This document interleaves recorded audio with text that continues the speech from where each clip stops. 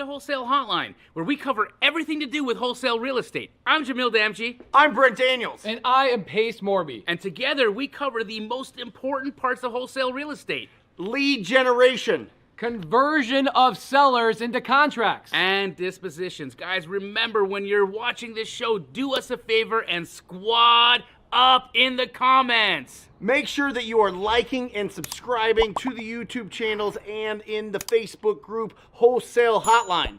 Most important, we want to know we're doing a great job for you and helping you build your business. So go give us a review on iTunes and or Spotify. So squad up and enjoy the show.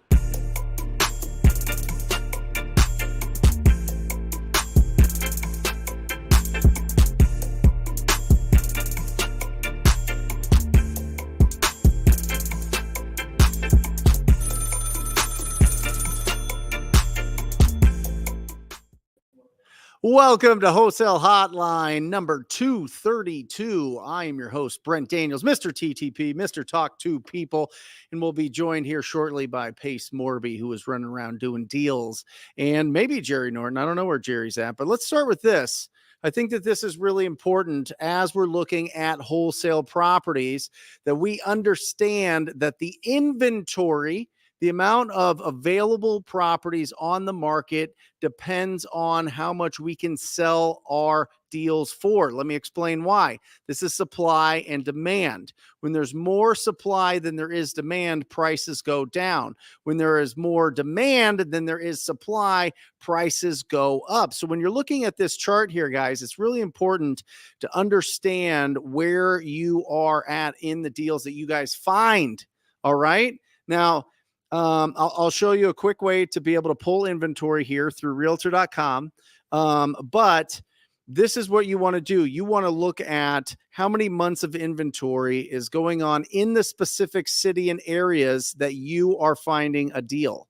All right. It could be different from Mesa, Arizona to Laveen, Arizona. Big difference, actually. Big difference between Surprise and Scottsdale here locally. So it's really important that you pull very specific, the area specific. I think I've said that 3 times now. So anyway, if there's more than 2 months of inventory, you're going to go 70% minus the repairs equals your wholesale price. Right? That's what you can sell that deal for if there's more than 2 months of inventory. All right. It's the classic 70% of fixed up value minus repairs is your wholesale price. Then you have to subtract what you want to make. I highly suggest that you go for at least $15,000 per deal minimum. What's your average right now? 25. I love it. 25,000, even better. Push that value. Push how much you make on that. And that is your MAO, your max allowable offer. That is not the former dictator of China. That is your max allowable offer. Now, if there's less than 2 months of inventory, you're going to go 80% minus repairs is your wholesale price minus your fee equals your max allowable offer. And if there's less than 1 month of inventory, and yes, Jason Lombardi, does anybody ever pay 90% of that minus repairs? They do. Go to San Diego, go to Seattle, go to certain parts of Austin, Texas, go to Miami. I mean, they'll basically pay whatever for those deals and those opportunities. So it's really important that we take a look at that and use this calculation to help you, because if you don't, what happens is if you got a really fast, hot market and you're offering way too low, you're going to get beat out every time. Now, listen, if people are if you're the only one negotiating with a property owner, and you're able to get a really good deal using the numbers that you use, and it doesn't matter the inventory that you have, go for it. It's just a bigger deal. But if you keep losing out, it's probably because the inventory is tight in your market, and the other wholesalers are offering more, and they're able to beat you out on those deals. Pace Morby, how are you, brother? What's up, bro? I'm so sorry. I had somebody ask me for my advice right before Wholesale Hotline started. He goes, I just need 2 minutes. I'm like, bro, nothing lasts 2 minutes when you're asking for my advice, man. It takes 30 minutes. So sorry for me showing up late, guys. This is a great topic, by the way. Keep cooking, bro. I'm going to be sitting here watching you cook.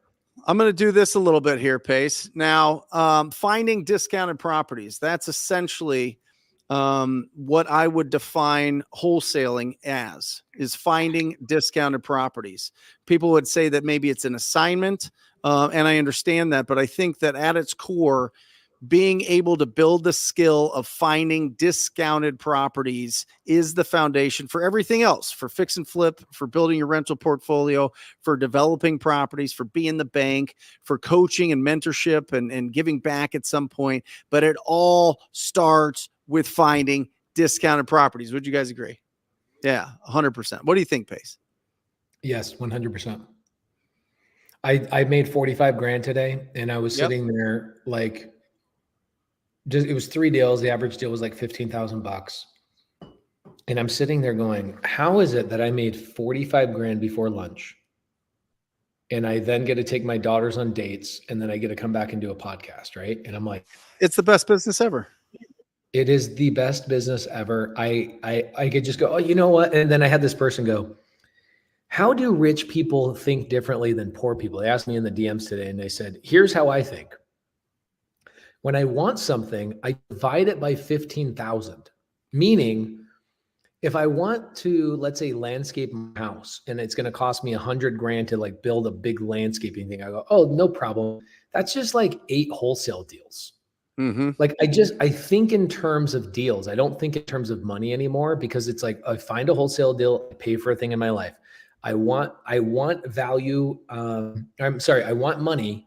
All I have to do is create value by finding a wholesale deal. And I divide everything into that. Oh, I have a house that's going to cost, I want to go buy a $5 million house. I know these are crazy things, because when I first heard this, I was like, that's not possible. It's not real. Guys, it is so real. And I think in terms of wholesale deals, I want an extra 300 grand to go buy this house. I want an extra $50,000 to do this. I want to take my wife on this extravagant vacation. I literally divide everything by $15,000, because that's my average fee on a deal. Mm-hmm. And I just go, okay, that's 2 wholesale deals. No big deal. And then people go, okay, so how do I become rich? I go, figure out how to find wholesale deals and create $15,000 checks. Now, Brent's checks are much larger than mine. Okay. He's got a different method and different things that I do. But I look at it and go, your entire life is like just one skill away from changing completely. Yep. Not just financially, but also the confidence you have in being able to go, yeah, I can go commit to big things. I can go buy a bigger house. I can go live a better life. I can put my kids from public school to private school. I mean, guys, you hear there's kids now that are like furries in school, where they have like, do you know about this? I mean, not personally, but I can imagine. There are so many kids nowadays, and it's like school after school. It doesn't matter if it's in Oregon or if it's in Montana, okay? Missoula, Montana. There are kids in elementary school, high school, that are saying, I'm a cat, I'm a this, I'm a squirrel. You guys are required to have a litter box in the bathrooms for the furries to go to the bathroom. And I'm like, that's an easy wholesale. Somebody was telling me this. I go, oh, that's a wholesale deal away from being solved. And they're like, what do you mean? I go, a private school costs 15 grand a year. Your kids can go to a private school where that kind of crap does not happen. That's just one wholesale deal away from you solving that problem. Every single problem I have in my life, I divide it into a wholesale deal. Yeah, it's amazing, Pace. I mean, literally with this thing right here, we can go find a property that's in rough shape. We can get the contact information for the owner. We can call them up and have a conversation with them and make an offer on their property. And that doesn't cost us anything. We don't have to have a tremendous amount of skills off the bat. We just have to do the work. Conversations and offers, guys. If you, and literally, I think what Pace is saying here, I know what Pace is saying here is you're one conversation away from the deal of the week or of the month, of the year, of your life. It's one conversation away. Every deal happens after that conversation. So how many are you going to have this week? What are you going to do? What massive imperfect action are you going to take today to build your business? Because it is without a doubt, there are way more deals than there are us going after them. Way more deals. Yeah, I would say that my biggest problem is I don't have enough time to handle all the deals that I have access to. Yeah. I like that. I was going through this on my on my show last week, Pace. And there's probably one more like buy and lend here for the slow flippers in the audience here. We just had a conversation about this a second ago. But really, once you get a lead coming in, is it a retail? Are they looking for, the highest price, and they've got a good condition and they've got good equity and they can sell it with a real estate agent? Is it somebody that wants to be hands off and do an ovation? Is it a cash as is offer? Is it a lead that you can buy and flip? Is it a lead that you can buy and hold? And beyond buying and really lending, what else is there? Yeah. And so if we figure out how to make money in each one of those, there's only 6 of them. There's only 6 things and if you have 6 options for every lead, you can squeeze the most out of every single lead. And the more that you squeeze out of every single lead, the more income you can put back into your business, back into your pocket, back into your marketing machine. Now you're off and running, right? Yeah, it's interesting. I'd love your thoughts on this. I was watching a Michael Zuber podcast, one rental at a time. And I was on, here's what happened. I get a DM from somebody and they said, how many rentals do I need? Do I need to be like you with 2,100 rentals? And I was like, honestly, depends on the individual. I'm a lunatic. I want to be worth $1 billion. Why do I want to be worth $1 billion? Because I want to be worthy of $1 billion. I don't care about the $1 billion. I want to stretch myself and, extract as much as I can out of this life. And so I'm building more rentals because it's a guaranteed way for me to get to that number. And so this person says, so do I need 2,100 rentals to be financially independent? I go, no, you need like 4 to 20 rentals to like never think about money really ever again. To have a completely different retirement, you need 4 to 20 rentals. And I did this on Instagram Live. I was talking about it on Instagram Live, and Michael Zuber comes on and he says, oh my gosh, he made a whole YouTube video about my Instagram Live saying, oh my gosh, this guy Pace Morby he has 2,100 rentals, but he's telling you only need 4. That's what I've been talking about the whole time, blah, blah, blah, blah, blah. I'm like, it just kind of depends on who you are. And this is what I tell people. If you just want 4 rentals and continue to work your 9-to-5 job, wholesaling is probably not for you. Nope.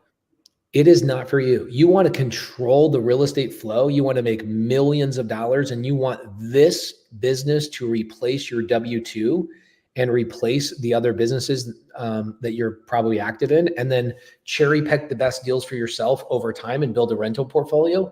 This business is for you. But if you're somebody that's like, I'm going to stay at my 9-to-5 job and I want to buy 1 rental a year for the rest of my life, this is not a business for you. Wholesaling is not a business for you. It requires constant work. Even if it's an hour a day, it's not something you do hour a month. It's something you need to do 1 hour to 3 hours a day minimum.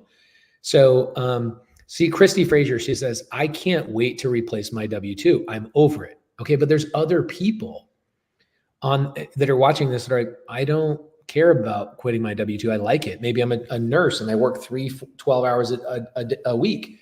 Maybe I'm a fireman and I work 3 days on, 4 days off. And maybe I'm an airline pilot and I work a week on and a week off. That's kind of the best W-2 on the planet. Why would I want to stop doing that? Okay. Wholesaling might not be for you because you probably only want to buy some rentals. And if that's the case, then I would tap into people in the audience that are finding wholesale deals and buy deals off of them. Okay. But this is a business that requires a lot of effort and requires you to learn lots of skills and requires you to understand the start to finish of a real estate transaction. And honestly, I wouldn't have it any other way. It's the greatest business I've ever been a part of. Whether I want to wholesale it, I fix and flip it, I buy and hold it. A lot of what I'm doing right now is I'm buying subject to deals and seller finance deals, and I'm turning around and selling them on wraps. And I'm getting paid upfront plus $100,000 kicker on the back end, which is massive amounts of money, especially when I'm doing 20 of them a month. I'm creating $2 million a month in net worth growth, $2 million a month. That's not possible part-timing it. It's just not possible part-timing it. So, well, even like you would have to have a very high income earning job, Pace, to consistently buy. I mean, what's the average? What's the average that you have to put into a rental property if you're not sourcing yourself, if you're buying at retail, if you're buying it from real estate agents, or maybe, I mean, most people don't even know what wholesalers are. So you're going to your real estate agent and you're going, hey, I want to buy some rental properties. You're putting 10% down, 20% down. If you're a BRRRR strategy investor, you're putting 25 to 35% of the cash of that deal into that deal. Right. And why is that? That's if it needs renovation. That's if you can even handle a renovation. That's if you have the contractors for a renovation. That's if you have the patience for a renovation. That's if you're getting a discounted property. Right. How are you going to get a discounted property? You're going to beat out the pros at the auction. You're going to beat out the pros on the MLS. You know what I mean? How does the general population even buy rentals that need to be BRRRR'd, Pace? The general population is going to their real estate agents and buying properties basically at retail because they are, I always say BRRRR investors are the laziest human beings on the planet because they don't learn the skill of learning where deals come from. And so they buy a deal that's been marked up 3 times typically, or they go directly to the MLS and the agent has no clue. I had an agent yesterday called me up. She wouldn't listen to Wholesale Hotline. She didn't even know it. She said, hey, my name is Olivia, and I've got a 1031 exchange client that has $10 million they need to roll over into another deal. And I said, okay, no problem. I can help you out. And she's like, okay, but before we start, can you tell me what a 1031 exchange is? I was like, you have a client that's $10 million to 1031 exchange and you don't know what that means? Guys, the agents who are finding deals for these BRRRR investors are typically clueless as to what the value of a property is. They're chasing commissions. Yep. They're not figuring out how to make sure that the buyer, the BRRRR investor, is actually getting a good deal. And so most of these BRRRR investors are putting 25 to 35% down, and they're keeping the majority of their property or their cash tied up in these properties for probably 3 to 5 years until they can get it out. So the best thing you could ever do if you're a BRRRR investor, or if you're like me, is control where the deal comes from. Yep. And that was the greatest skill I ever learned, was where does the deal come from? You could literally drop me anywhere in the country with my cell phone. And by the end of the day, I can make 15 to 25,000, not even by the end of the day, within an hour. It is truly the great, I pinch myself, pinch. Is this real? I can go and make $15,000 in an hour or 2 hours just by using my phone. And people will ask, how, Pace? How would you do that? You get dropped in the middle of nowhere. How are you making that money? You want to know? I'll tell you 5 different ways. First one would be go to my Creative Finance with Facebook, Pace Facebook group. If you're not in my community, just go to the free Facebook group. There's a deal in there. I could do 5 different things with that. I could either A, buy it in my portfolio, use a private money lender. Oh, Pace, I don't know where private money lenders come from. Okay, cool. Go to pacesprivatemoneylenders.com and you can get private money lenders there. I would wholesale. I would take somebody else's deal, find a buyer for it. Literally within an hour, I could do that.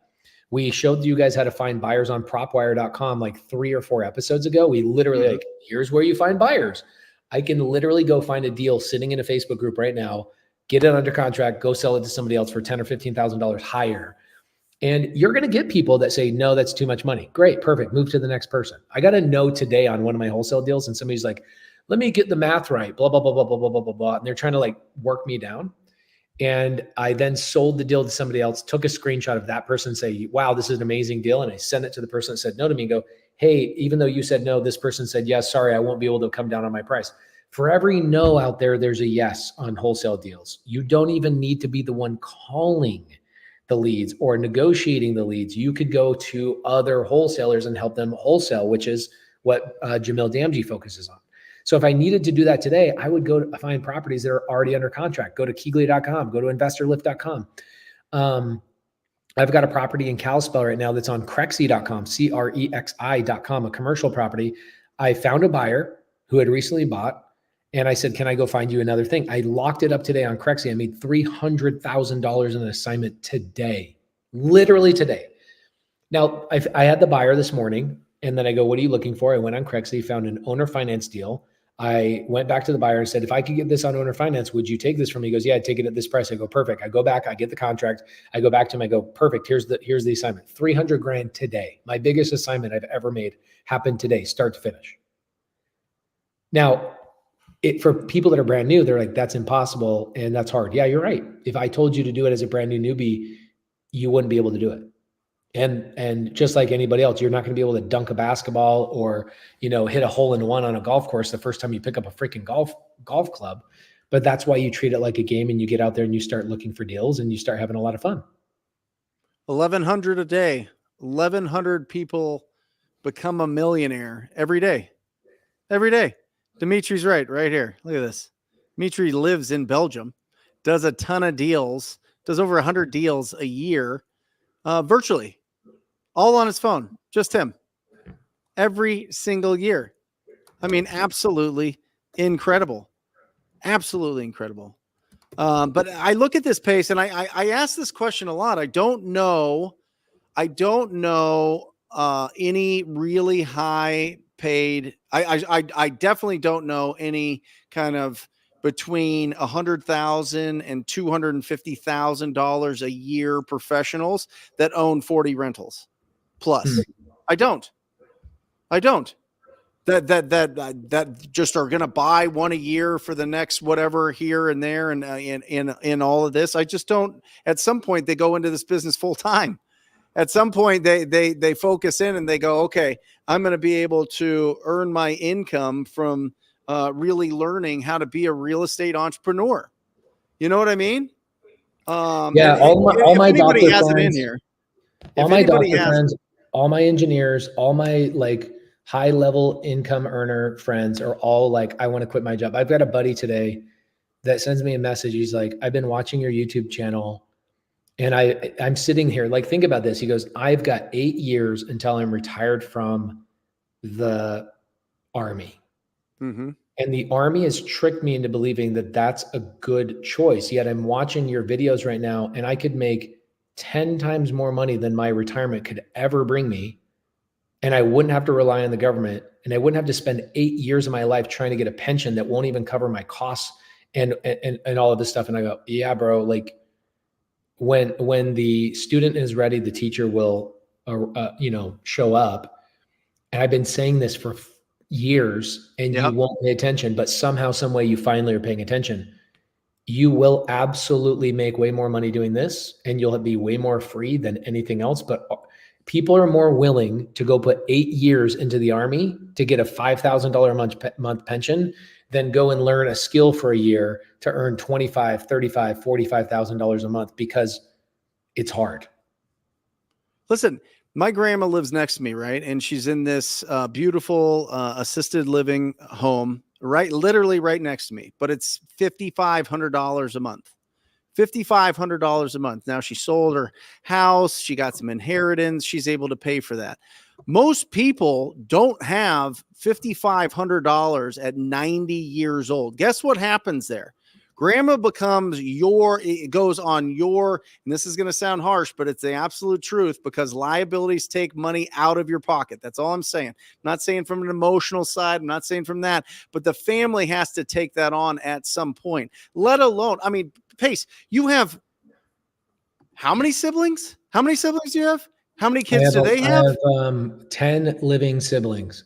10 living siblings. You've got countless, but you probably can't count it, nephews and nieces and all of these things. And if other people in your family are not leveling up their financial game, what happens when something bad happens and they need $100,000 for a surgery? What happens when something bad happens? And right? Yeah. Who are they going to, bro? Me. Right. I'm just saying, like, you might think that like having $2,000 or $3,000 or $10,000 in passive income, like that's good. Keep pushing, because as you get older and as your kids get older and your aging parents get older, and there's people young in here that aren't even thinking about this right now, but the bill's going to come due. And if you want and have that in you to really have to be that bridge to really help people go with some sort of, not putting them in some like really low income housing that the government has or whatever else, or thinking that the government's going to take care of them. You better step your game up. We got to think bigger. You got to think in millions. You got to think in passive income going bananas. I'm telling you, I mean, I get it, Pace, when you're saying, you can retire at 4 or 20 or whatever rentals, but if you don't have that real significant income coming in deep in life, it's going to be a problem. And I look at that just, Seamus is my nonverbal autistic son and, or on the autism spectrum. And that's a lifetime. That is that never ends. There's not that goes on forever. And and hopefully he far outlives me. And it's like, if you're not, if you have that fire in your belly and you're watching Pace and you're watching me and you're watching Jamil and you're watching Jerry and you're going out there and something is blocking you from taking that massive action to go do something special every single day, let this be a reminder. The bill is coming. The bill is coming, and it's coming for every single one of us. And if you have that potential and you're not putting that potential out, that is the biggest regret you'll have in your life. So we got to think bigger on this show. It's tough. I mean, even me, I remember when I was 24 years old, I was like, please, somebody teach me how to make $5,000 a month. If I could make $5,000 a month, I'd be set. Yep. And now I'm like, if I don't make $5,000 a day, I got a problem. Right. So, you only think bigger as your environment changes and the people you're around also changes. And yep. I think the first step is reminding ourselves where we were before we knew this, right? I was a contractor. I didn't know wholesale was a thing. I saw real estate. I saw podcasts about real estate. And at the time, I would listen to these podcasts. Like I'll give you a good example, really good example. I was listening to Brandon Turner on his podcast a couple of days ago. He had a guy go through and talk about like 10 different exit strategies. And I was like, wait, you guys literally spent 2 hours talking about 20 different strategies, but neither one of you told me the steps to take to actually do any of them. Right. No wonder I was confused 10, 11 years ago when I first got in this business. I thought I was an idiot because I was like, I can't get it. These podcasts are not giving me what I think I need, and I just need to see it in person. Guys, the reality is most podcasts don't actually give you what you need. Okay. They speak in ambiguity, in generalization. Ambiguity is like, oh yeah, go get a deal. Harder. Go get a deal. Go find a lead. It's like, oh, you're right. Yeah, you're right. I should go find a lead, but nobody really ever shows you raise money. Raise money. Yeah. And it's too general. It's too ambiguous. And so what I love about like Brent Daniels was one of my first mentors. Jerry was one of my first mentors. Jamil was very, very, very first in my career. Jamil was very first in my career as one of my top first 3 mentors. I was able to like get around people that changed my life. And with me and Brent, it was honestly just, I joined TTP. I was already doing 10 deals a month, but I did not know how to generate leads on my own. I was buying leads from somebody else. And getting around the right people was the biggest difference for me. That's it. It was the biggest difference for me. And getting around them, hearing them, watching them, seeing them, new habits, new conversations, new goals, new dreams, new terminology I didn't hear other people saying and speaking. It's very similar to this. This summer, we're hanging out at Jerry Norton's lake house. And I'm telling my daughter, hey, get on the tube. We're going to go tubing. And my daughter's like, absolutely not. I'm not getting on a tube. And no, I'm not going to swim in the lake. And no, absolutely not. There's no way you're going to get me to do it. But then she started watching Jerry Norton's daughter getting on the tube and having a blast and, going around. And then that daughter, her name is Evelyn. Evelyn started saying, Corbin, come on the tube. Corbin, come on the tube. But because it was her peer, she actually would listen to her and she was watching her do it. The biggest difference was not so much that I was not Corbin's peer. The difference was I wasn't on the tube doing the thing saying, come with me. I was saying, go do it, go do it, go do it. And all of a sudden, Corbin's out on the tube, standing up. She's jumping off the tube. They're going 35 miles an hour. She's jumping in the lake. And I'm like, what was the difference there?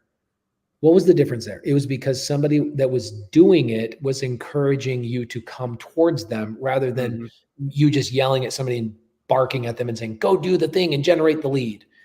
And so you look at like Jerry Norton makes a lot of seller calls, generates a lot of leads on his show. Brent Daniels generates a lot of leads and makes calls and negotiates and does the thing. Okay.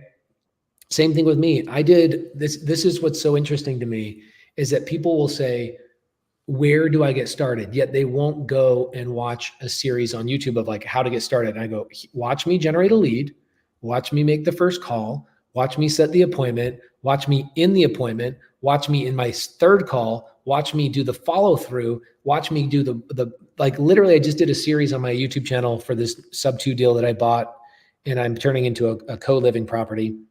And I documented where the lead came from, showed it, made my first call as a 45-minute call, put the whole thing on YouTube. Then I went to the appointment as a 2-hour appointment. I then had a third call with this lady, closed her over the phone. All of this is documented. And then somebody the next day is like, where do I get started? Mm-hmm. But Right? I think there's something to what you were saying before with Corbin. You see, I assume it was Corbin.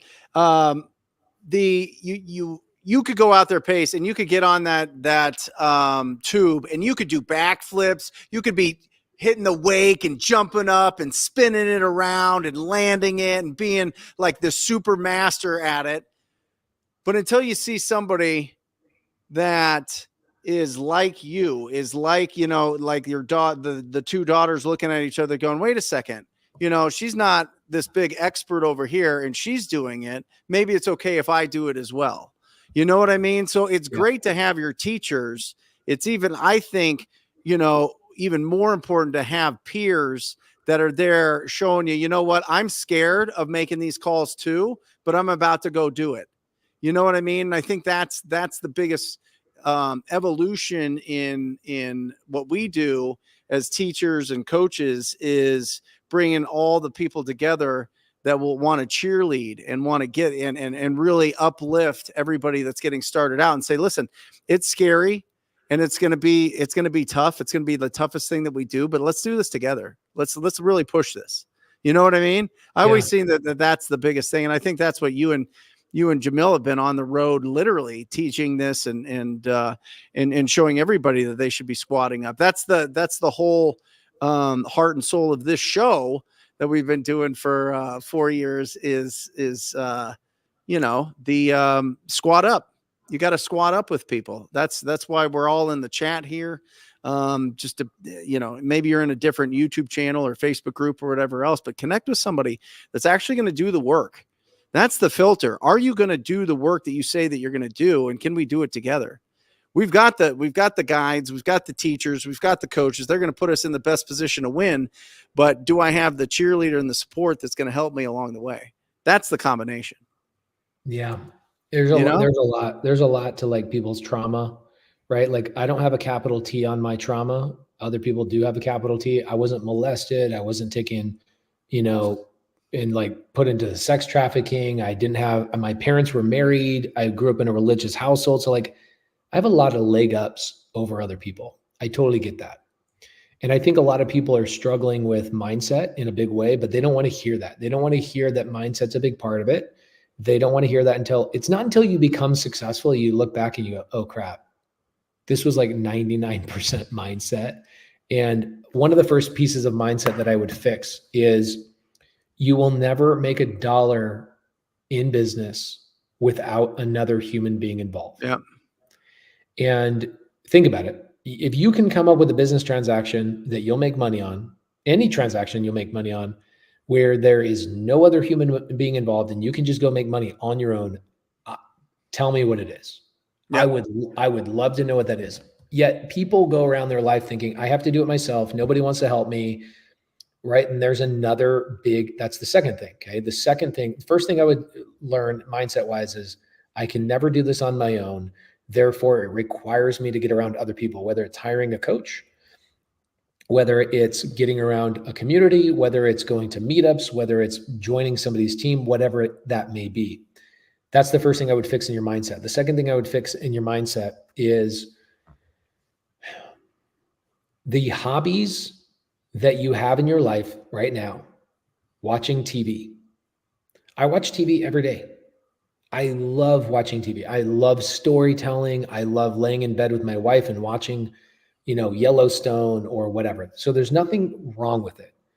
But if you really took an audit of your life and you looked where you spent your time, you would find that most people waste 4.5 hours a day is the statistic. 4.5 hours a day of waking hours, not their sleeping hours. You take the Right. 8 or 9 hours out a day of sleep. You take your 8 or 9 hours of work away, plus your commute to work. If you are tied to a desk job, which most people are not tied to a desk job anymore, you are still left with close to 8 to 10 hours a day. 8 to 10 hours a day. Take 3 hours out for showering and reading and communicating and loving on your kids and being around your wife. Okay, that leaves 5 to 7 hours a day. Yet people are like, oh, I don't have time. I don't have time. Bull crap, you don't have time. Bull crap, you don't have time. And so this is the way I tell everybody to think about this. This is the second piece that you have to fix. If I came to you and I flew to you, okay, wherever you are, right? You've got Jasper, son. Good to see you, brother. If I flew to you and I spent a week with you with only a notepad and a pen and paper, okay? I get a pen, I get a piece of paper, and I sit there silently for a week. Would I be impressed at your time commitment to your business? Or would I, at the end of the week, go, dude, this guy literally wasted 30 hours. 30 hours. What would happen right now? Literally right now, if I hung out with you this week, Monday, Tuesday, Wednesday, Thursday, Friday, Saturday, Sunday, Monday, and I just documented everything you did, let's say we even add 3 hours of bullcrap fluff. I got to watch podcasts. I got to learn. I got to research. I got to network. All that kind of stuff. You are still left with 5 hours a day, people. And I can tell you that most people in wholesale don't need full 5 hours every day just to do 1 or 2 deals a month. You do not need that much time. So I look at it and I go, that's people's biggest problem. They have what Brent used to say all the time, creative avoidance. That's creative avoidance. Well, and Pace, if I were to stand behind anybody on here, anybody, and I gave them $1,000, 10 crispy $100 bills every hour that they did something productive on the phone, just picking up the phone, calling well, whoever you want to call, real estate agents, property owners, people that other wholesalers, whatever it is. If I stood behind you and gave you $1,000 an hour, I would have to tear you off the phone. Tear you off the phone. Yet that's what I mean, you can make way more than that. You can make way more than that an hour. I mean, it's wild. And you mentioned something before, Pace, and it's about cheering on the people that are getting going. It's about giving support with people that are really trying to make the change. Alex Hormozi had this great quote that he said, the people that get the most applause are the people that need it the least. Right? Yes. They've already made it. Yeah. They've already made it. The wind's behind their sails, right? You know what I mean? The momentum's already going. It's the people that are going and starting and building a new skill that's scary. Change is always scary because if it wasn't, it wouldn't be called change. You'd just be you. You'd just be satisfied with who you are. But if you're not, we gotta have some conversations and make some offers, baby. Yeah, you know? It's a different world too, and it changes over time. Joshua Dees, he says, Pace, you seem depressed. Bro, I've never been depressed in my life. I've had people file bankruptcy and I've lost millions of dollars. I've had people scam me $1.3 million last December, and I had a smile on my face. I got laid that night. My wife and I had a great dinner. My life is always great every single day, bro. Every day. Sadly, God gave me this face that's called a resting bitch face. And and then also my voice always hurts. So I'm not yelling all the time. And also I'm aware that like I could echo because I'm in my downstairs office, but my voice hurts all the time. All the time. My vocal cords are in pain all the time. Somebody's going to come in here and tell me I need a vocal coach. You need to do more deals before you tell me what to do. Kiss my ass, first and foremost. My voice hurts because of what Brent just said. When you realize how much money you can make by being on the damn phone, you never stop talking. Yep.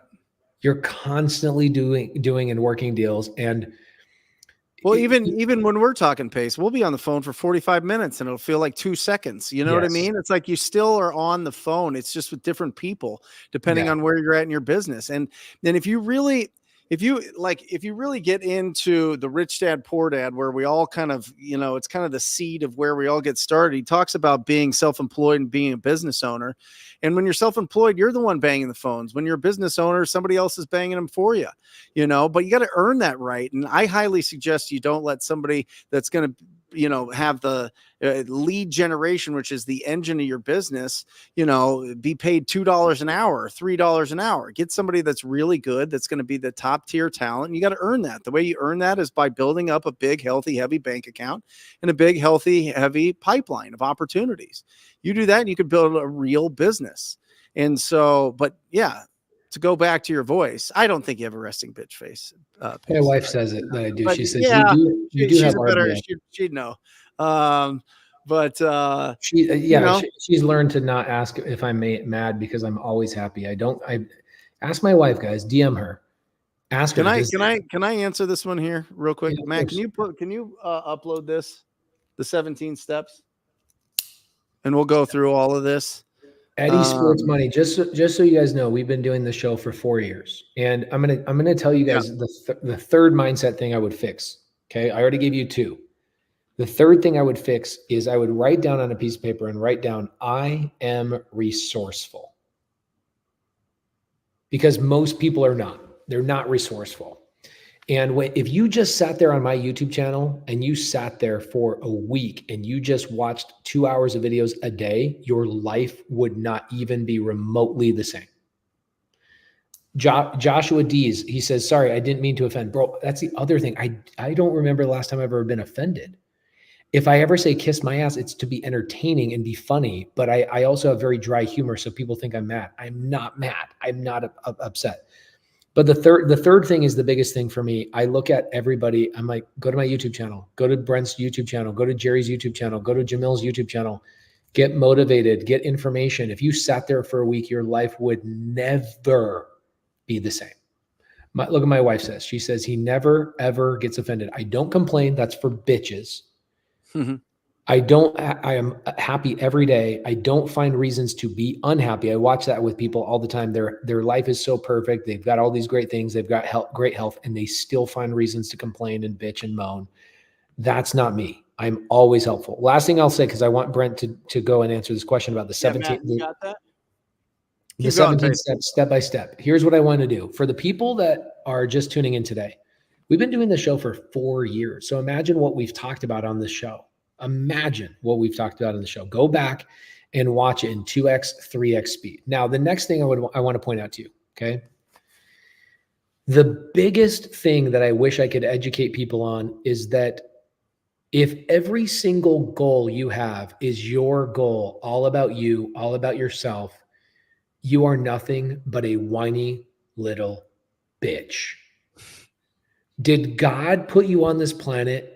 Did the universe put you on this planet so that you could just pay your bills and you could get rich yourself? No. This week, I helped 3 families move into houses that they couldn't afford. I helped an employee get a car. I paid payroll, massive payroll. This is not Brent doesn't love this topic, but I pay a massive payroll. I have 600 employees between my companies. At some point in my life, I needed somebody to remind me that I was put on this planet to learn skills to not pay my bills, but to help other people pay theirs. Okay? When the why is big enough, the how is insignificant. And so what I watch people do is I need to make $5,000 a month. That's a bitch goal. It is just a bitch goal. You're not thinking big enough. It's all about you. The universe does not move heaven and earth so you can pay your bills. When you start thinking, I need to become successful because it is my responsibility to take care of other people on this planet who cannot take care of themselves. That's it.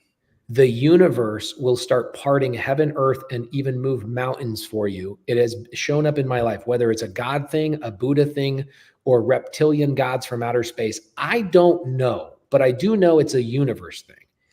And when I start having goals of like, Look, my wife and my kids have the best possible life you could even imagine.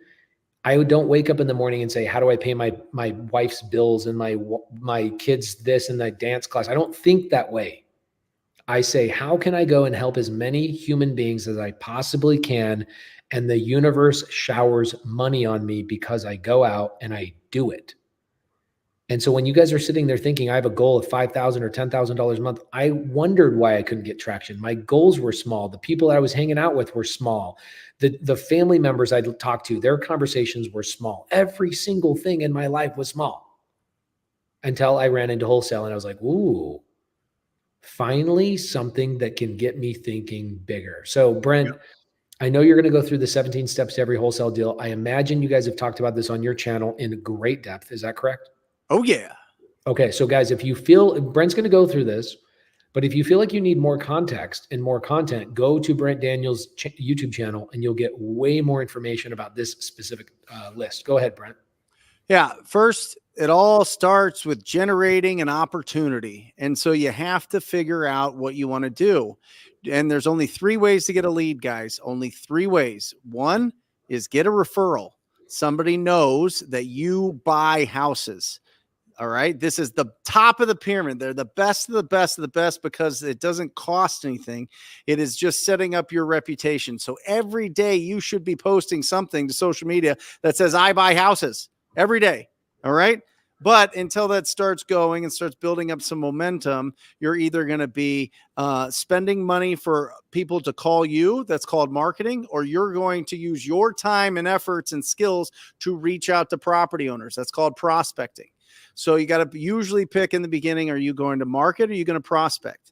All right. If you don't have $5,000 to $2,000 a month to spend for your marketing, stick to prospecting, stick to just reaching out to property owners every single day and asking them if they would consider an offer on their property. All right. That's just a fact. That's where most of us start. That's where I started.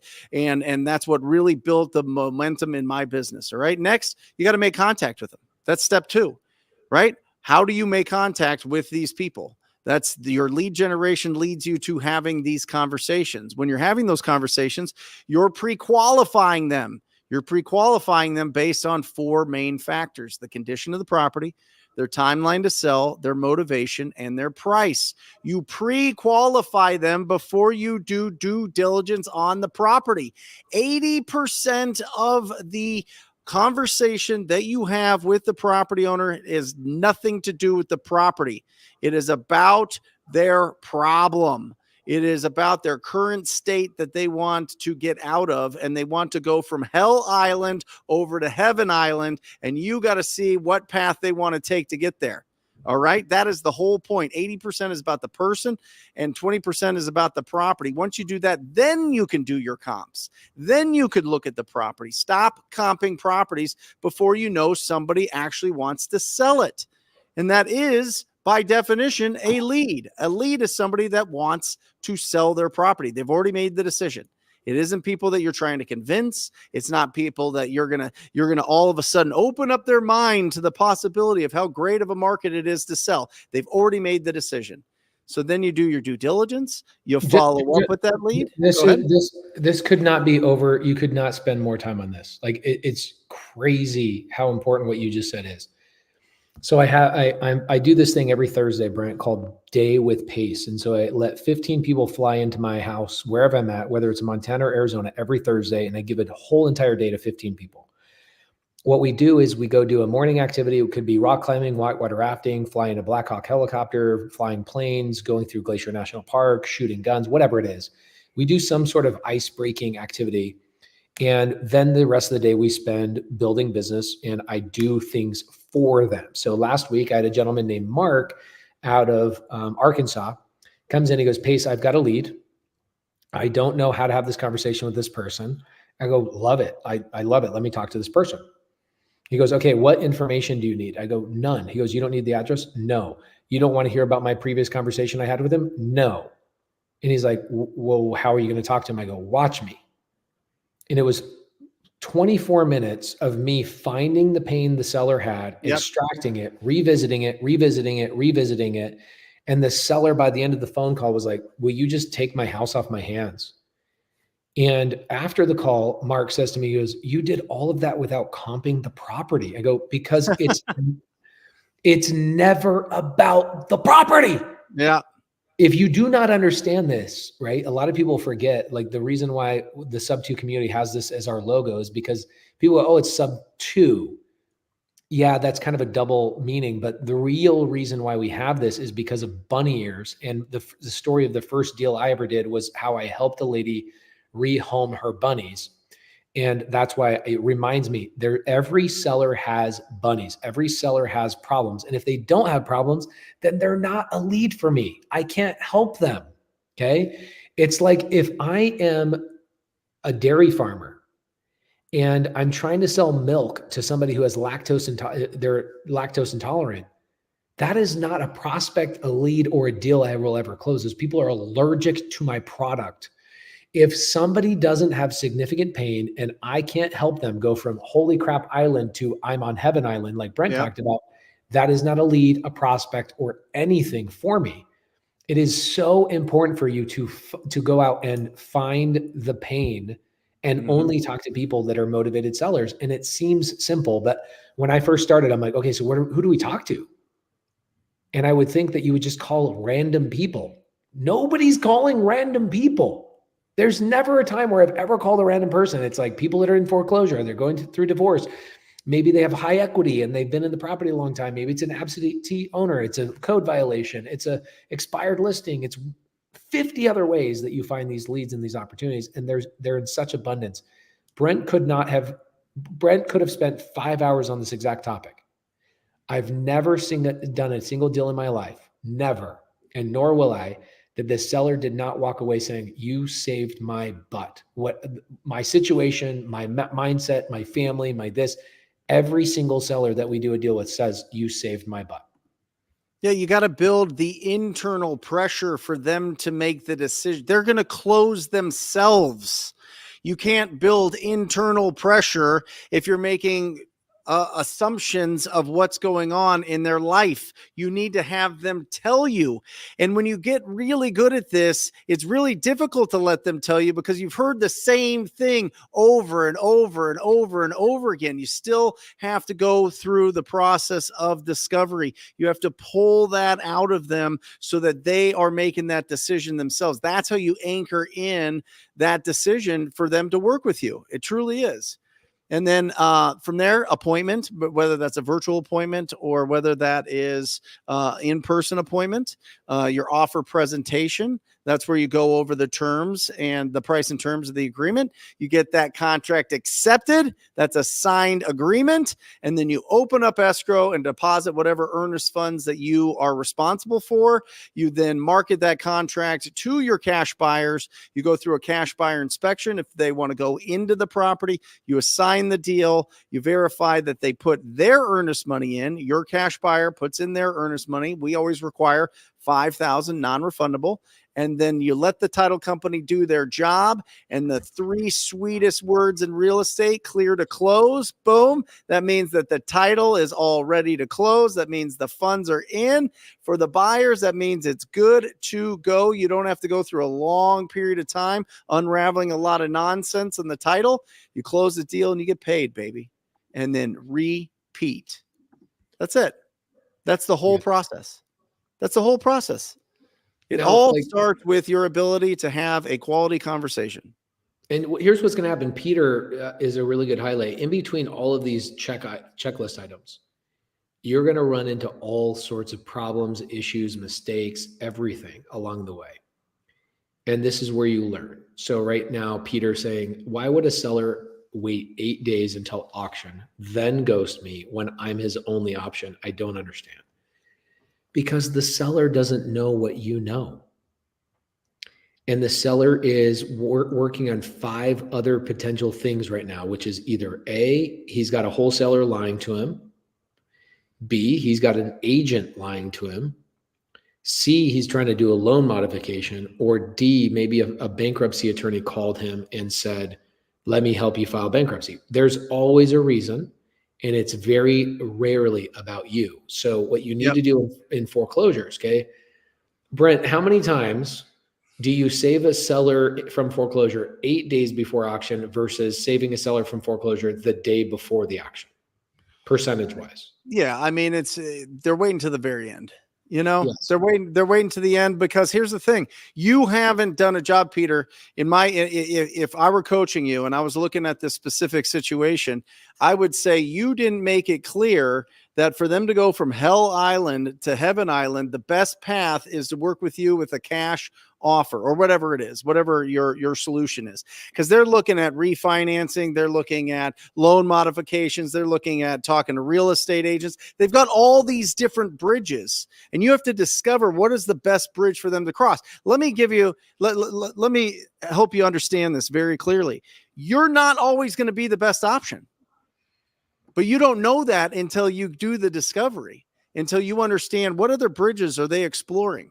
And that's what you bring up in the discovery process. Why not just do a loan modification? Why not just get some, and Pace, we have a video of this from like 4 years ago. Why not get a loan from your family? Why not get get a loan from your auto title or whatever? Why not go and sell this on the market? Why not whatever, right? You're going through all the different processes, all the different bridges that they can cross to solve their issue. And if you're not the clear winner, they're going to be indecisive, and they're going to get wiggly. Yeah, I've got a really good video actually I put up on my YouTube channel a couple of weeks ago. And the video is me talking to a seller and walking through a deal with her. I got to pull this up, but I basically give her 3 or 4 options. And I kept asking her, why don't you just list it? Why don't you just do this?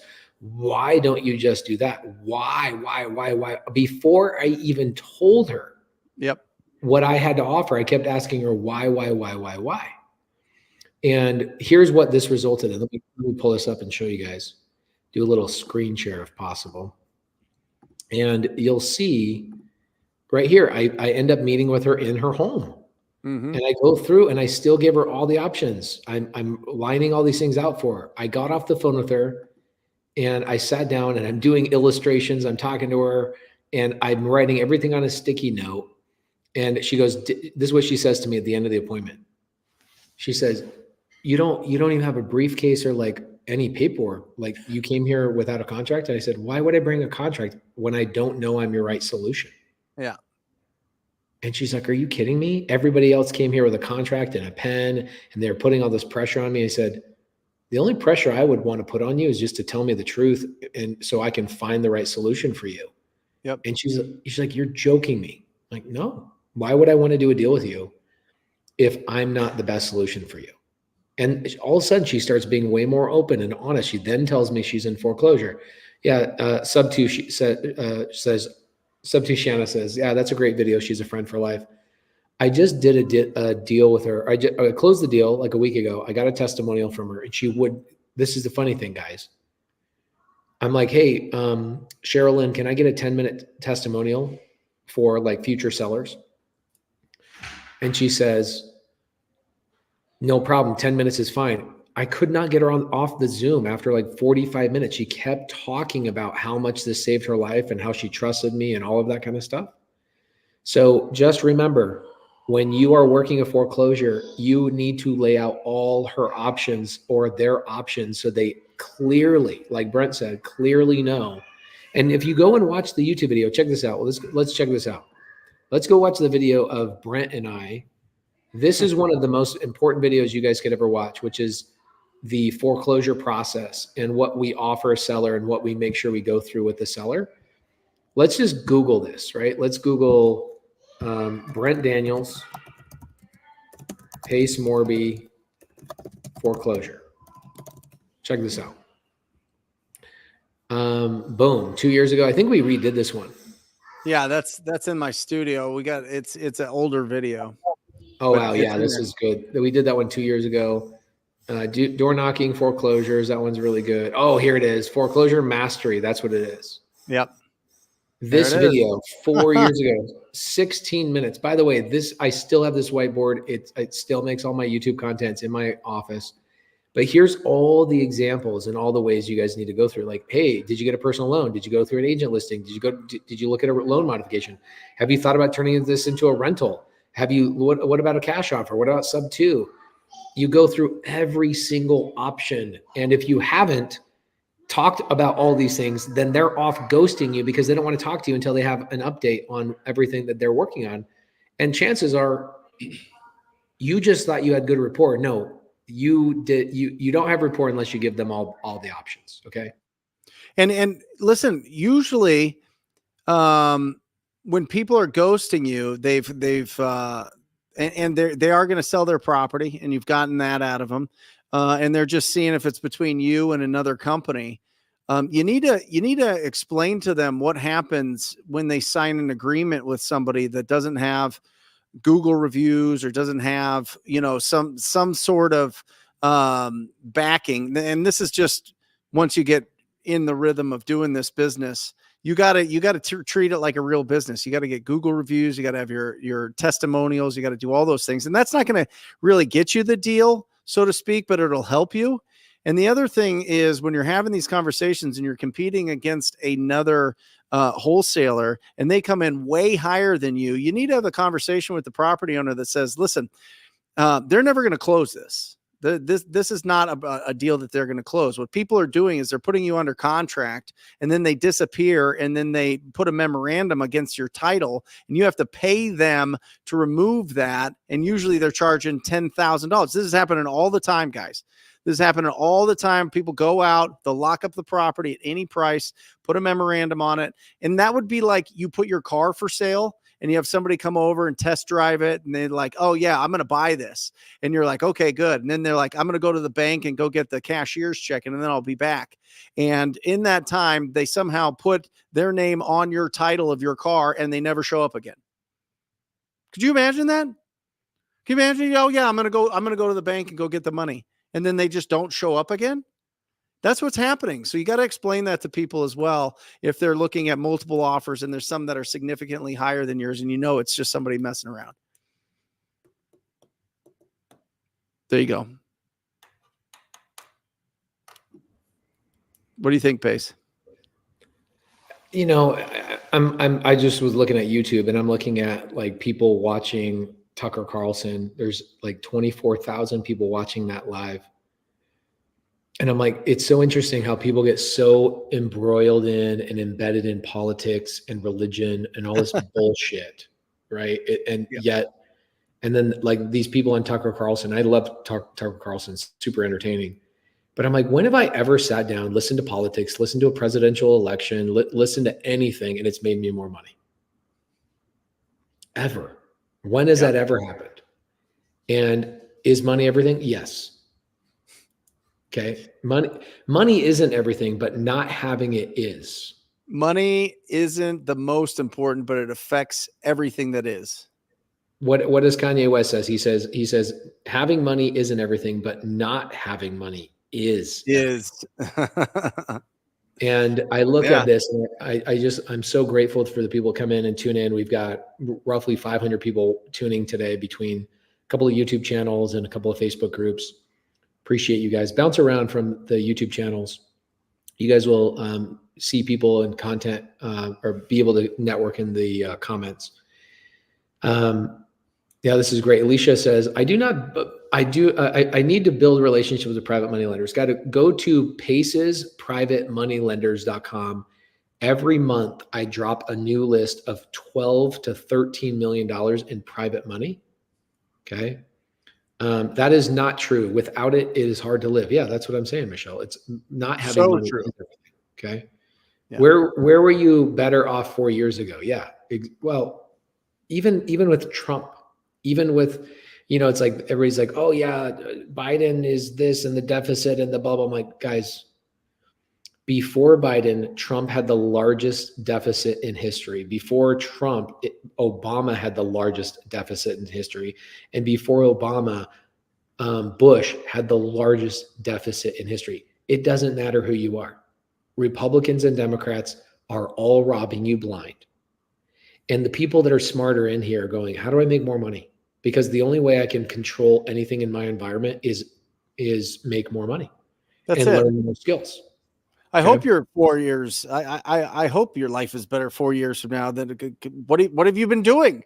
What improvement have you been doing? It has nothing to do with what's going on there. I mean, let's stay focused. Good market, bad market, good distraction, bad distraction, whatever it is. Just put in the work. Put in the work and talk to people every single day. Be brave. Make offers. That's it. Go through the process, find people that are going to support you, and you're set. You're absolutely set. I mean, you can learn everything on YouTube and podcasts and everything from a education standpoint. But implementation, you need people for that. Implementation, you need to squat up with people. You cannot do this by just sitting on the sidelines and watching and being a voyeur. You could know every technique that Pace has. You can know every single way to close a deal and never close a deal. It's like a guy that knows a bunch of good pickup lines but never gets laid. You know what I mean? Like, it's like, okay, great. I mean, you've got that down, but anyway, I think what good isn't the information if you're not putting it to work? Let's see here. Pace, I've been watching a bunch of your videos. Do you have one that shows where to get contracts made up to do this? I've made the great contacts to do this. So I never give out creative finance contracts. The reason is because it's like handing a loaded gun to a child. I hire a top tier TC. Okay. Email Molly at pacemorby.com and say, Molly, where is a top tier transaction coordinator that I can hire to help me out with paperwork and do all the things? Molly at pacemorby.com. By the way, a lot of people really appreciate when I give resources like this. So Molly is my chief of operations. If you guys need an investor friendly title company anywhere in the country, any 50 states, email Molly at pacemorby.com and she will also give you access to our favorite title companies in every single state. Molly at pacemorby.com. Okay.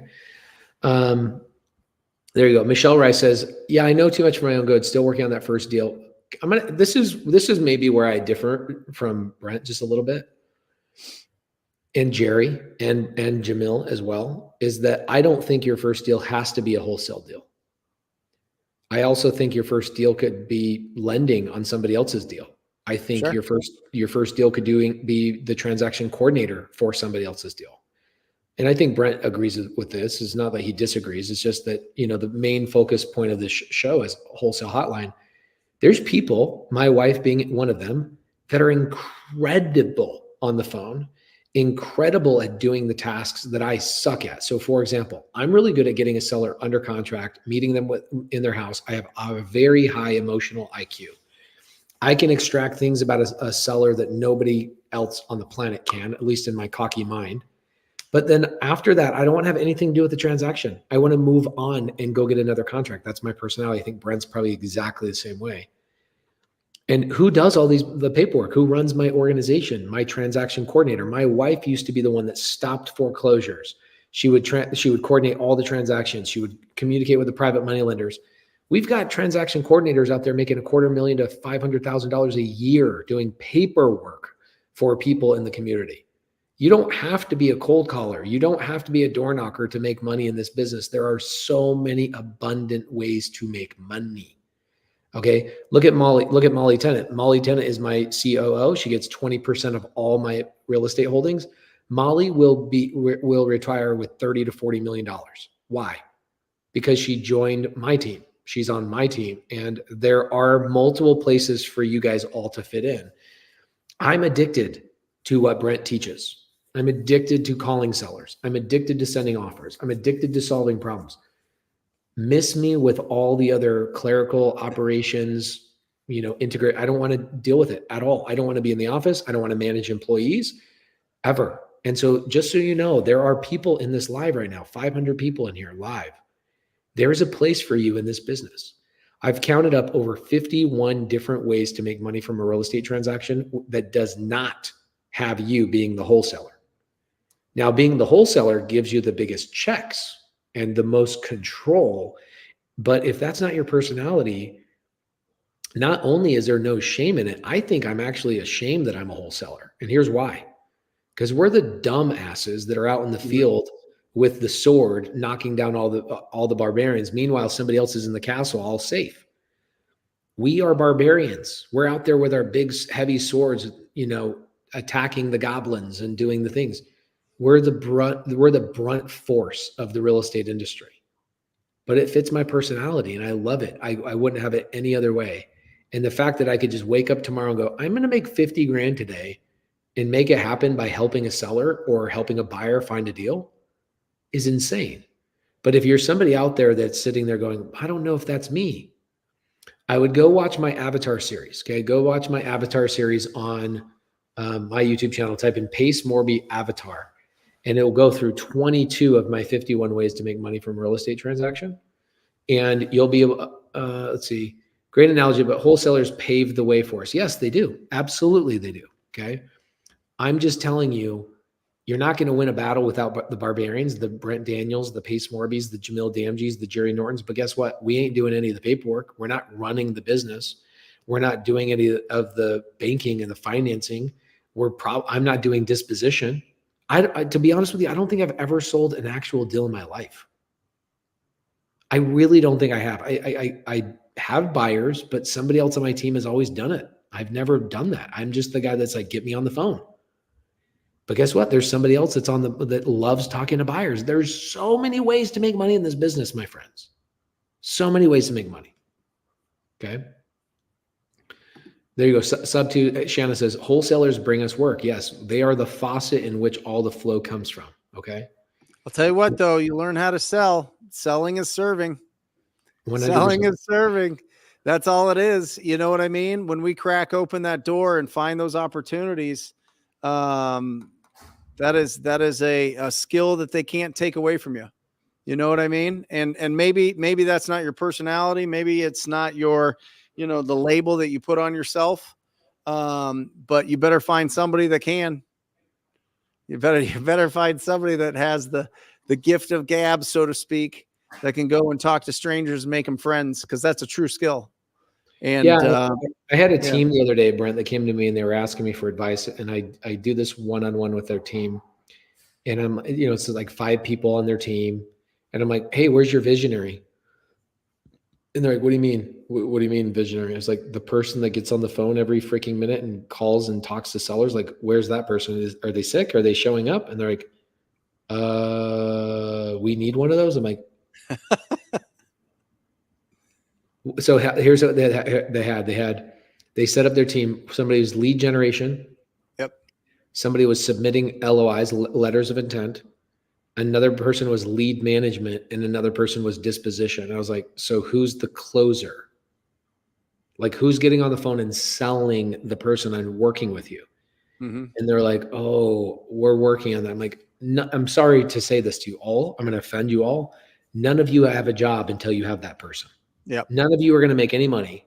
You're going to spend money on software and leads and all this kind of stuff, and you're not going to make any money. And in 4 months, you're going to go, wholesale sucks because we spent all this money on leads, but we never got a deal, because you don't have a closer on your team. You need a Pace Morby. You need a Brent Daniels. You need a Jerry Norton. You need people that know how to close deals. And there's a lot of them right here in the side chat. Okay. A lot of TTP students, a lot of sub-2 students are phenomenal on the phone.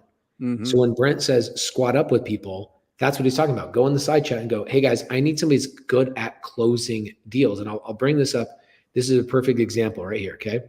Selena Rocha, she says, Pace, I found an ugly house. Where can I sell it to? Well, who has spoken to the seller and negotiated a contract? By the nature of your question, it sounds like nobody has. So it's not a deal. It's not even a lead. It maybe is not even a prospect. It's just an ugly house. Yep. What if that ugly house is just, they're getting ready for Halloween? How do you know they have pain? How do you know they have a problem unless you talk to them, right? Who is the person that's going to talk to that person? Okay. You need to find somebody in the side chat right now today that knows how to talk to sellers. So if you guys are out here Where are my closers at? Say, I'm a closer. Put your name in the side chat. We got 400 and some odd people in here, almost 500 people here today. If you are a closer, put in the side chat, say, I'm a closer. Let people connect with you right here in the side chat. Last time I checked, probably the last time I'm sorry, not last time I checked, but last time I saw a deal get done in the side chat was 2 weeks ago. Somebody made 50 grand by helping another person connect or close a deal in the side chat. Okay. So you look at like a Nicholas Emerson, and Nicholas Emerson's like, I can talk to anyone. I love to talk to people. I think that's my strength with this. Yes. Guess what? I don't generate leads. Somebody else does for me. Everybody sends me the basketball. I stand on the 3-point line like Steph Curry, and I just shoot all day long. Don't waste my time with anything else. I shouldn't be doing the concession stands. I shouldn't be selling tickets. I should be standing right on the 3-point line. Feed me the ball. Feed me the ball. Feed me the ball. That's what the closer does. They stand there. They do nothing but close the deal. Okay.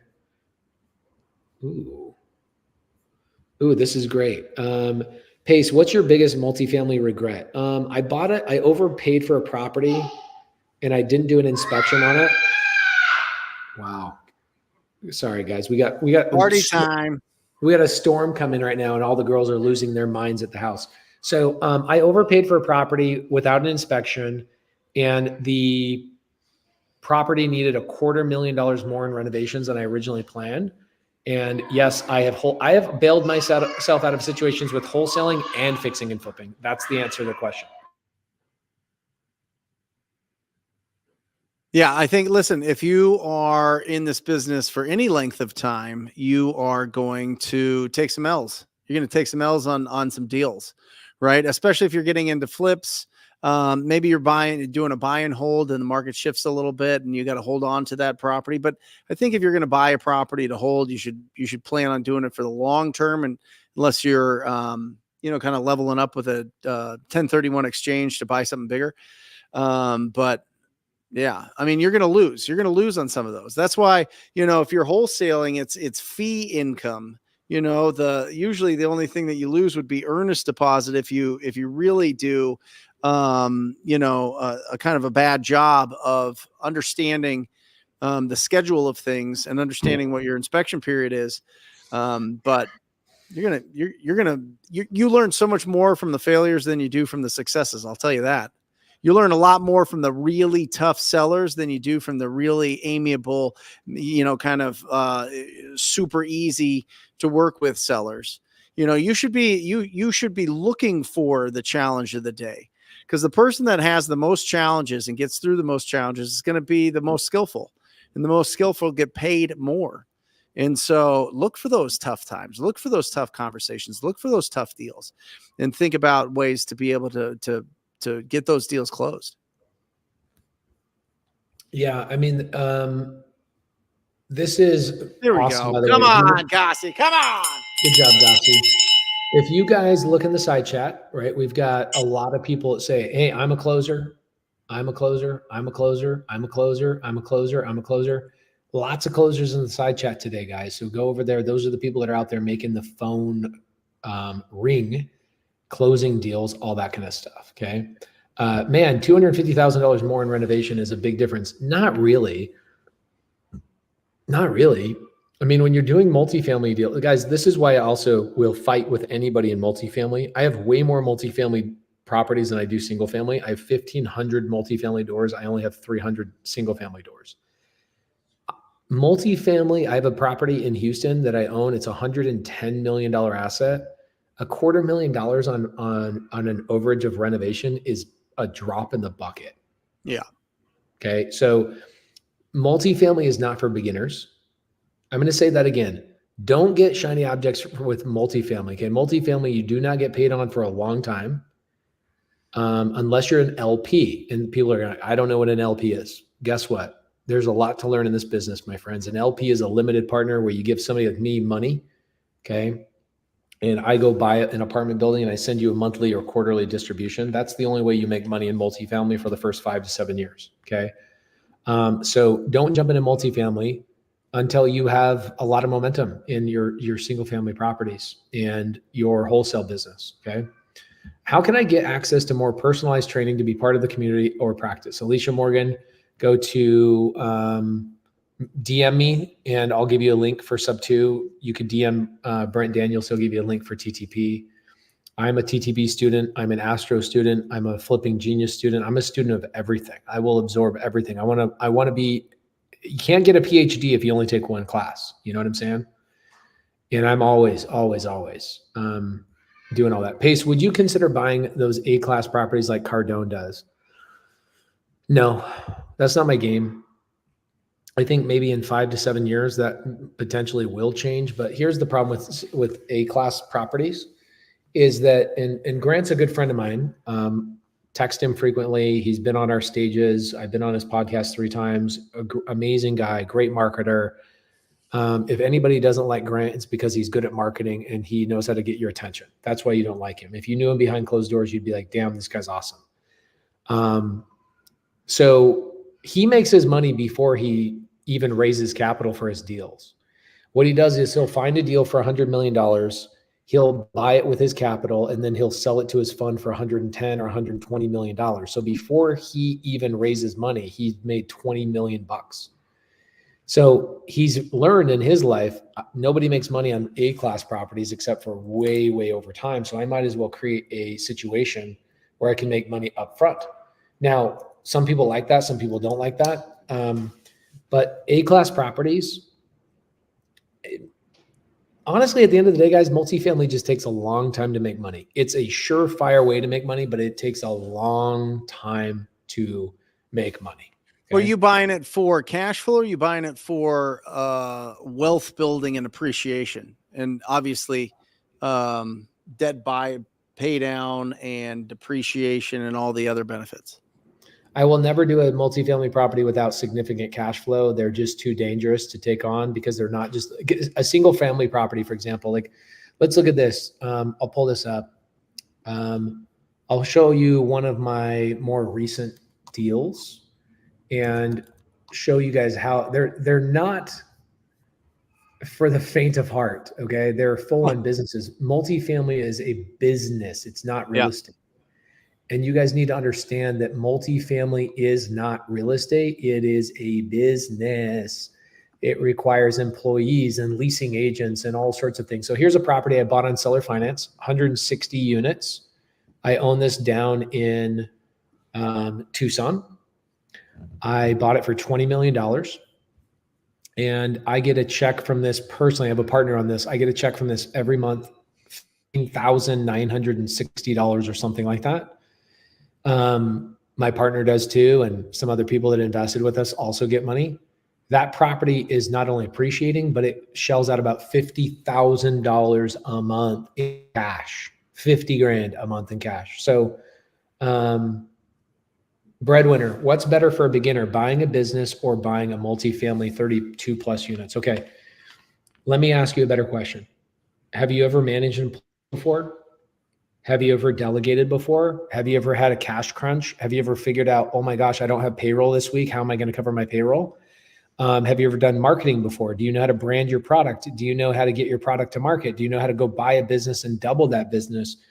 If you don't, buying a business is a massive liability. Massive liability. This is why a lot of people will go buy a laundromat or a vending machine business, because you can do a laundromat to a certain degree. You can make about $6 grand a month on a laundromat net, but then you've basically bought yourself a job. But the reason why people like laundromats is because they don't require you to have delegation responsibilities. You can run those all by yourself. Okay. A lot of people.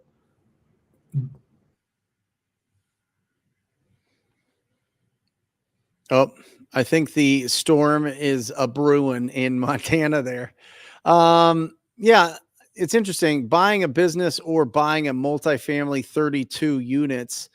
If you're a beginner doing that, I hope that you have significant resources and significant partners for that.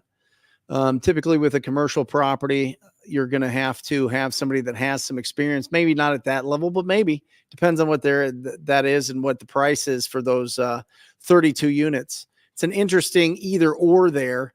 Yeah, I don't know. As a beginner, I mean, unless you're loaded breadwinner, I mean, your name would suggest that you're loaded.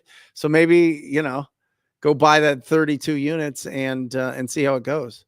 But it is a business. Any property that you own is going to be a business, right? And you've got managers of that business. So that's why they're literally property managers, right? And so make sure that one, you're buying in areas that are going to appreciate over time, and that you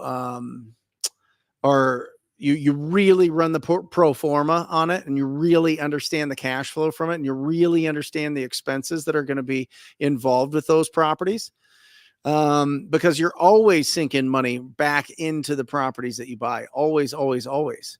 Whether it's just through maintenance or whether it's through big improvements. Remember, every 10 years, interior design changes. And I don't care if you're owning multifamily or single family, you have to change up what's going on with the look of your property, or you're not going to get the highest rents that you can.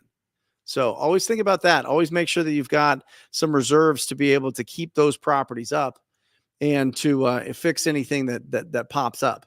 All right. So make sure that you're looking at that, and make sure, as we close the show, great show, by the way, guys. I was thinking about this, and I don't remember where I read it or saw it or something like that, but really watch what you say to yourself. Really watch what you say, because, you know what? It was a Bruce Lee quote. And he says, never say unkind things to yourself, because you are literally putting a spell on yourself. That's why they call it spelling, right? Isn't that interesting? That, like, the way that you talk and the way that you're putting these things, and you're putting bad things out there on other people, or especially yourself, knock it off. Try to challenge yourself that this entire week you'd say nothing but positive things. Nothing but positive things about what you're going to accomplish. Nothing but positive things about the experiences that you're having. Nothing but how powerful you are. The fact that you're even on this planet is bananas. 1 in 400 trillion that you're even here. I mean, that's crazy. So let's not go and put terrible labels on ourselves, or get down on ourselves when we get rejected, or get down on ourselves because we haven't made it to where we want to make it yet. Right? Let's do the reverse. Let's spell ourselves in the positive. Right? Let's put that good vibe inside of us. Let's talk really positive about ourselves and what we can accomplish. And that's always going to work. It's always going to work. So remember spelling. Remember that. Like, let that sink in for a little bit and really take it hard, because you don't want to curse yourself, right? So unless you're going to curse yourself in the positive way. So I love you guys. Really great show. Thank you for joining us. Wholesale Hotline number 232. We're out of here. Love you guys. See ya.